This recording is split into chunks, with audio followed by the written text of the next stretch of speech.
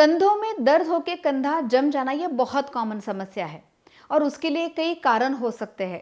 तो देखते हैं कि किस कारण की वजह से ये हमारा कंधा जम जाता है और हम लोग घर बैठे कैसे समझ पाए कि हमारी जो तकलीफ है वो एग्जैक्टली किस कारण की वजह से हो रही है।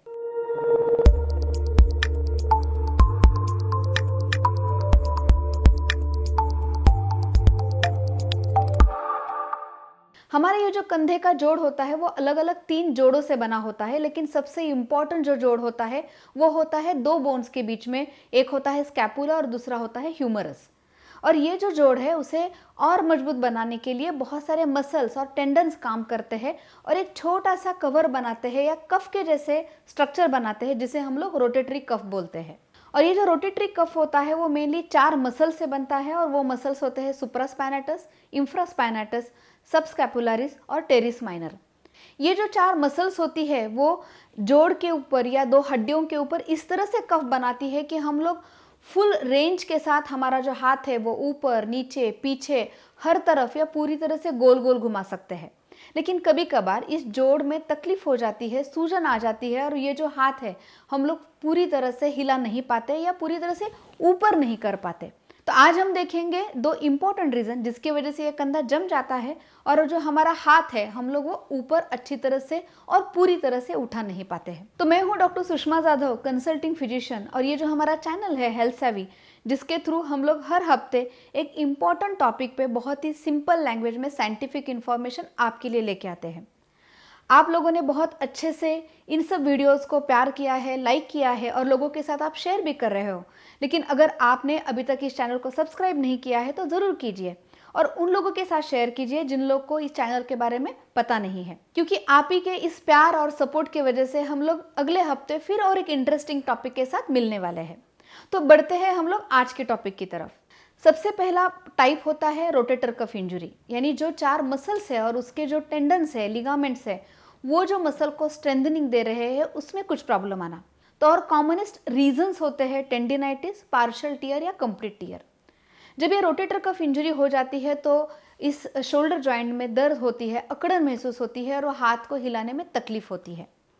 इंजुरी, स्पेसिफिकली स्पोर्ट्स इंजुरी या कुछ गिर जाना या एक्सीडेंट, ये कॉमन रीजंस होते हैं जिसकी वजह से ये रोटेटर कफ इंजुरी कॉमनली पाई जाती है।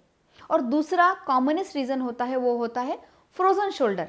ये नाम हमें बहुत कॉमनली पता होता है क्योंकि कभी भी जब जोड़ों में अकड़न आ जाती है तो हमें लगता है कि ये फ्रोजन शोल्डर है। ये जो फ्रोजन शोल्डर है वो मेनली 2 टाइप की वजह से होती है, एक होता है प्राइमरी और एक होता है सेकेंडरी। और डायबिटीज, हाइपोथायराइडिज्म, इंजुरी या कोई सर्जरी, ये कॉमनेस्ट रीजन होते हैं जिसकी वजह से फ्रोजन शोल्डर होता है। तो ये फ्रोजन शोल्डर एग्जैक्टली होता क्या है? तो ये जो ज्वाइंट है उसके ऊपर एक कैप्सूल रहती है और ये जो कैप्सूल है वो किसी कारण की वजह से या ये सारी बीमारियों की वजह से बहुत टाइट हो जाती है और वो टाइटनेस की वजह से हम जो ये हमारा ज्वाइंट है वो पूरी तरह से हिला नहीं पाते हैं या फुल एक्सटेंड में रोटेट नहीं कर पाते हैं, या जो हमारा हाथ है वो एक लिमिट के बाद हम लोग ऊपर नहीं उठा पाते। तो ये हो गए रोटेटर कफ इंजुरी और फ्रोजन शोल्डर, ये 2 कॉमनेस्ट रीजन जिसकी वजह से कंधे में दर्द होता है और कंधे में अकड़न महसूस होती है, ये जो कंधा है वो जम जाता है। तो अब मैं बताऊंगी हम लोग घर बैठे एग्जैक्टली इन दोनों के बीच में डिस्टिंग्विश कैसे करें या फर्क कैसे करें।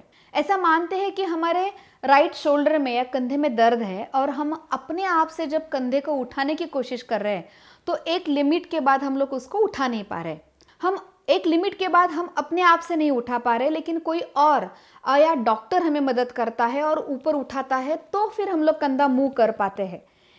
अगर हम लोग किसी के मदद से मूव कर पाते हैं लेकिन अपने आप से नहीं उठा पाते हैं तो वो यूजुअली रीज़न होता है रोटेटर कफ इंजुरी। लेकिन हम लोग खुद से भी नहीं उठा पाते और किसी की मदद से भी हम लोग एक लिमिट के बाद अगर कंधे को उठा नहीं पाते हैं तो वो होता है यूजुअली फ्रोजन शोल्डर। तो आज हम लोगों ने देखा कि कंधा अगर जम जाता है उसमें दर्द होता है तो क्यों होता है, क्या रीजंस होते हैं और हम लोग घर बैठे उसमें डिस्टिंग्विश कैसे करें। तो हम लोग अगले हफ्ते फिर एक इंटरेस्टिंग टॉपिक के साथ मिलने वाले हैं। Take care.